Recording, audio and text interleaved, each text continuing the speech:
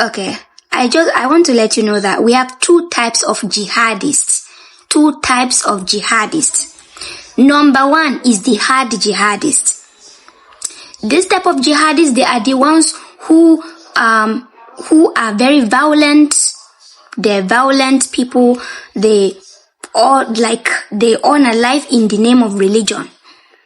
And these people are mostly in Nigeria, in the northern Nigeria, it's mostly Fulanis who are involved in this kind of thing.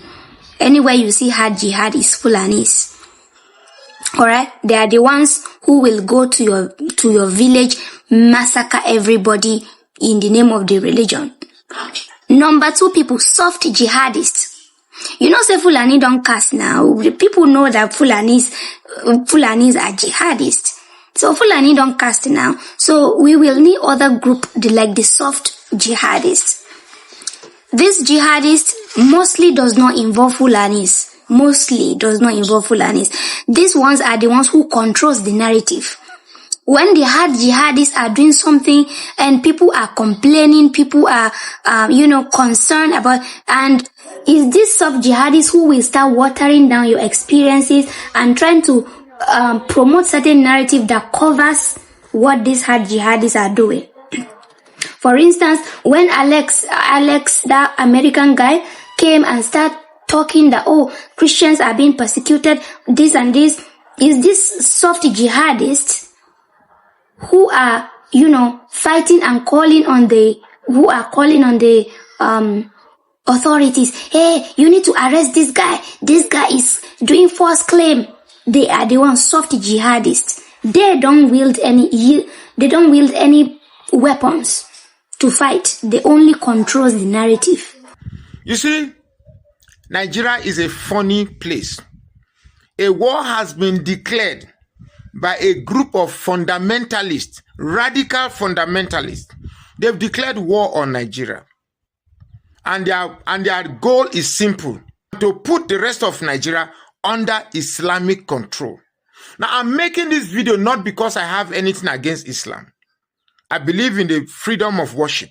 Worship anything you want. But whereby you coerce other people to become your religion or submit or become subservient to the dictates of your religion, that's where my problem is. If we cannot have multiple religions practicing their faith side by side with 100% tolerance of what others have, then we have a disjointed country. You see, I have a problem with this Muslim ticket because everything you see going on right now is catalyzed by the Muslim ticket. But I'm not going to go into that, because I know that no Muslim in Nigeria will tolerate a Christian ticket. No, that one I can tell you. 100% of every Muslim in Nigeria, okay, to be modest, I would say 98% of every Muslim in Nigeria would have not tolerated a Muslim ticket. And now that we have tolerated a Muslim ticket, I can tell you that 90% of Muslims will want it to remain that way. And if they can achieve a Muslim ticket for 8 years, that means achieving a Sharia state is also possible. So for those of you who see us fighting, you don't know what we are fighting a fight that encompasses dynamics that are beyond your trivial mind that thinks about religion and tribalism. You see, when we say an Islamic state, it doesn't mean that everybody will become Muslim. It's just that an Islamic state will become an apparatus. To describe a country as an Islamic state is where all the apparatus of governance is Islamized.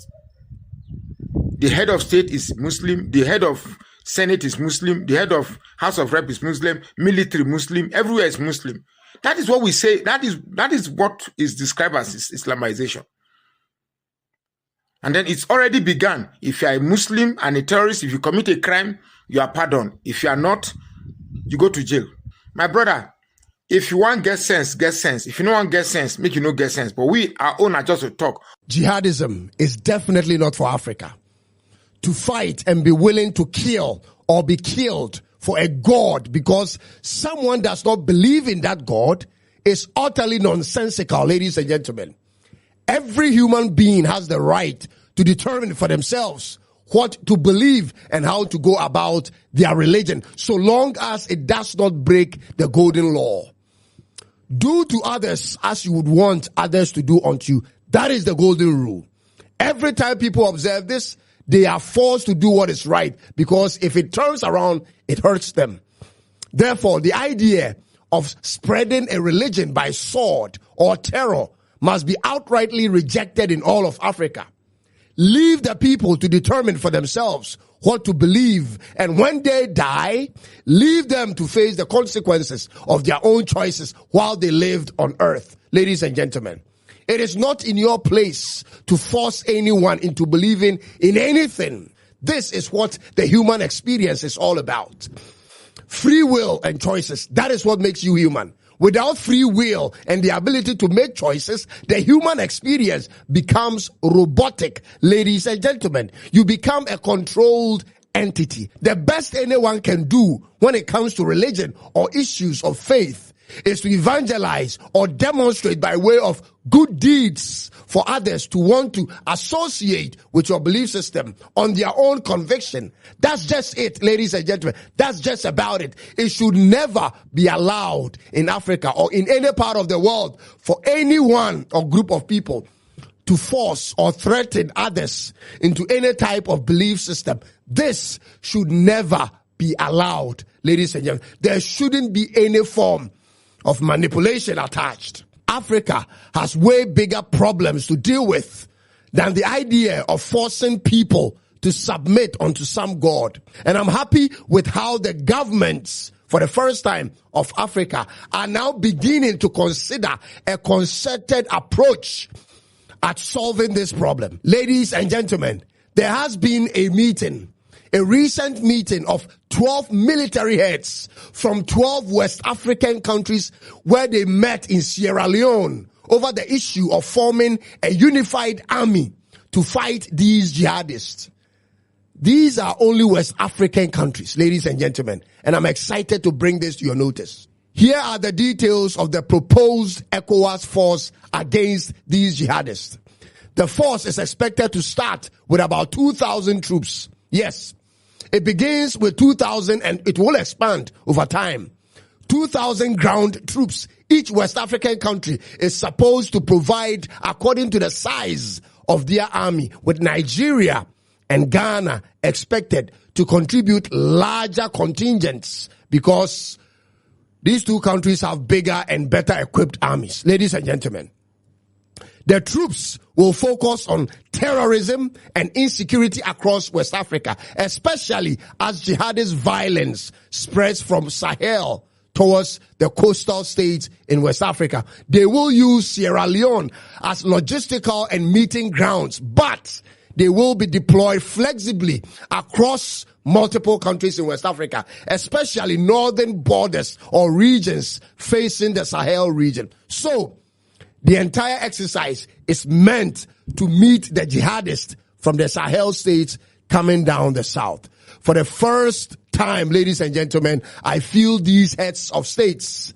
have realized how close these groups are to every country in the sub-region. And don't let anybody fool you. Let nobody deceive you. They are very, very close around our borders. Every single day we don't prepare and do anything about them, they advance a little bit further. We need a dedicated troop purposely put together to fight every form of jihadism in any part of Africa. I want you to watch this video carefully and tell me what you think. This is exactly what you've been talking about for the past 20 years about northern Nigerian Muslims and the huge support that they have for elements like Boko Haram and other terrorist groups. They understand what they're doing. In fact, most of these young guys will be willing to just join them if they have access to join them and kill people. And this is what we've been telling our friends for years, that these groups are them. And those who say, oh, they're not us, they should tell their children so that their children will not go and join them in the future. We've told them this over and over again, If you look at this young generation, most of them idolize these characters, all globally. In fact, even the people before them have idolized Osama bin Laden, idolized these terrorists that are fighting and killing Americans, attacking the Jews and all that. They've done that, in the past. And these young ones now, the people they idolize now are Boko Haram elements.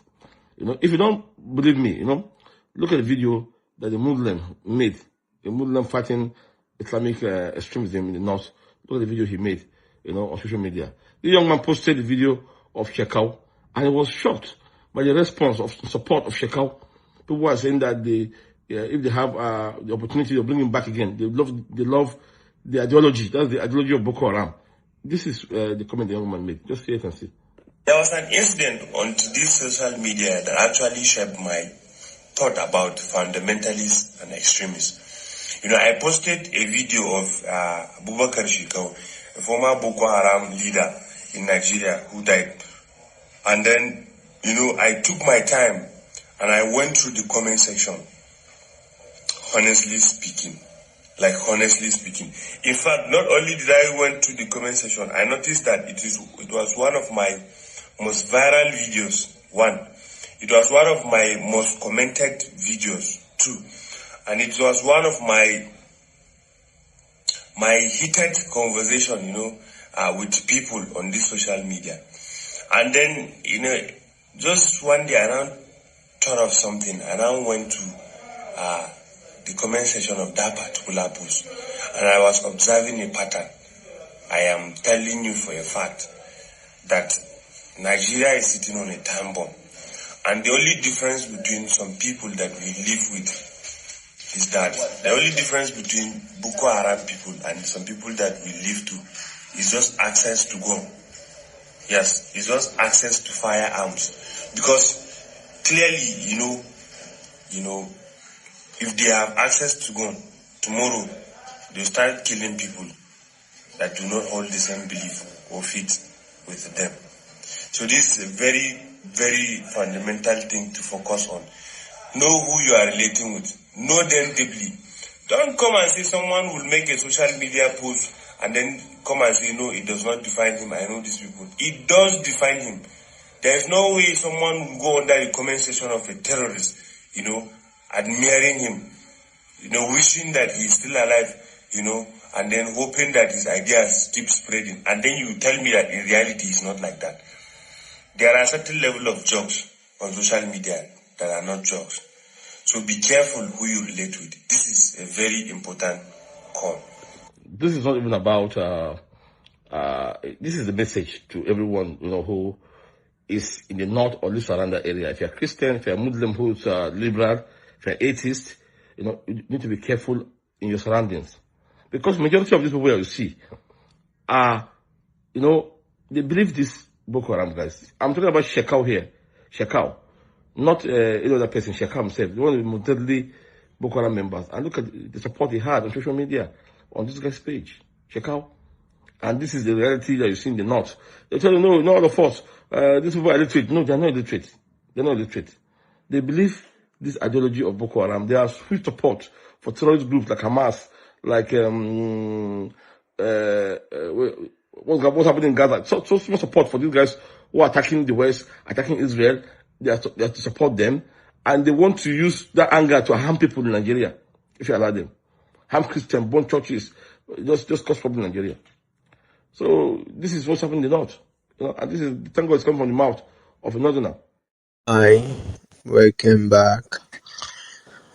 I hope every one of you watch and listen to what everyone said here about jihad and many other things that is being planned by most of this northerner. If you look at what is going on, especially in our own nation here, you will know that there is something that these guys are after. Because if not that, I don't know why they will be buying innocent people and people that don't believe in their own faith just like that. Most of the things happening in the north today is as a result of what is called jihad, because they are already on their mission and they want their jihad to work for them. And who are these people that are after jihad or using this jihad against? They are against the people whom they call or whom they see as countries, or whom they see as high news, which are people whom they think they're all believers to them. Because to them, if you don't support what they do, or if you don't believe in their faith, you are not a good person and you should be taken down. That is what they have just been doing, and I think it has been working for them right from day one. And what give them that right, or give them that audacity, is these people that are in power today. I mean, most of the Fulanis leaders that are there today, they are the people who brought Islam and many other things into Nigeria. Although I'm not trying to say that Islam as a religion is very, very bad, because in the Middle Belt and the South, Islam is one of the peaceful religion. But when you go to the North and many other African country, you will know that the way they do their Islam, there is another way. I don't know if the Fulani leaders who brought this Islam to them change some many things or modify some things in the book that was given to the Nigerian people, especially those one in the north. If not, why would they continue buying some innocent people just like that? Some other times we heard that these people went to one church leader in order to destroy people's life. And other time again we heard of when some persons were kidnapped from the church, and now is against every Christian now. So why do they want to, or what are they even doing all these things for? Is it that the person whom they're serving is there to soak people's blood? Because if it is not like that, buying people and destroying properties should not be something that will be giving you joy whenever you do it. But these people are always joyful whenever anything like that happen, and they keep on doing it, destroying Christian especially and traditionalist properties. Meanwhile, everybody has the right to worship whatever thing they like, but these people say it is not their own faith, or it is not their own faith that this can happen. And because of that, they choose to be destroying things up and down. Although you may think it is only this nation that something like that is happening, but the third guy or the second guy who spoke here is not from this nation, but the place he is living, they are facing the same thing. That is why he has come out to let you guys know about what jihad and many other things is all about. Because if you keep thinking and watching this guy, they will destroy and finish you before your time. That is just it. So Christian and many other good Muslims should wake up and speak for themselves. Thank you all.